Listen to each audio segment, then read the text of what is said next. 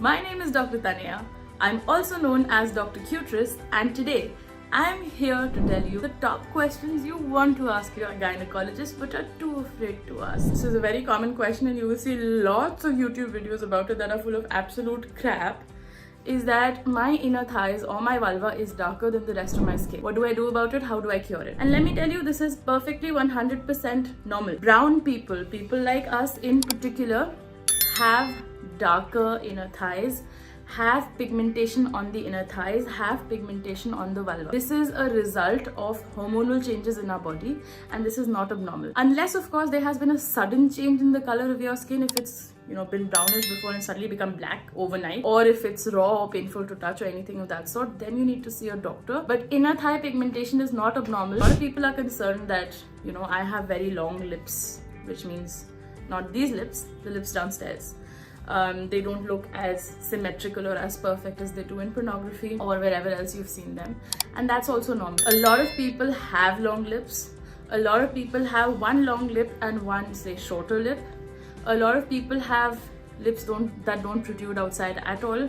This is fine. We come in a huge variety of shapes and sizes. There is no right or wrong. Don't feel shame around this. Don't try to go get surgery for this, unless, of course, that empowers you in some way, but it's not something you should feel shame around. Now that we've talked about the major questions we get about our bodies, especially about our boobs and our vulvas and our vaginas, let's talk about another very, very, very important question, which has to do with our health in general, which is our period health. A lot of people are very concerned about, having pain or tightness in the breasts before your period. This is a part of PMS, and this is normal.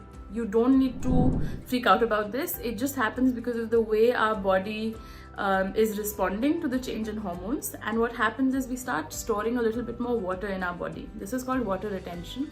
And if you hold, say, 5 drops of water over here, it's all right. But if you hold, 5 lakh drops of water, this can swell a little bit in this tiny space, right? So if you hold 5 lakh drops of water, it can swell a little bit. And this is kind of what happens in PMS. Your body is holding a little bit of water at all the time, but in PMS, you're feeling a little bit bloated. So your body is holding more water, which means the breast can feel a little bit painful and tight, and this is all right. This is a normal part of PMS. You can use certain things to relieve it. You can change your diet a little bit before your period. You can also speak to your doctor if this is something that's really troubling you, but this is a normal part of PMS, unfortunately. The other thing that people tend to worry about is period. Like, can I eat pickles on my period? Yes, you can. Can I wash my hair on my period? Yes, you can. It will not make your uterus swell or what other nonsense you may have read on WhatsApp. So the next period myth is, can you have painkillers or not? Will it make you infertile? And here's the thing, having painkillers on your period will not make you infertile. Having painkiller on your period is not a bad thing. Having said that, if you have very, very, very bad pain, so much so that you can't do routine life stuff, you should see your doctor.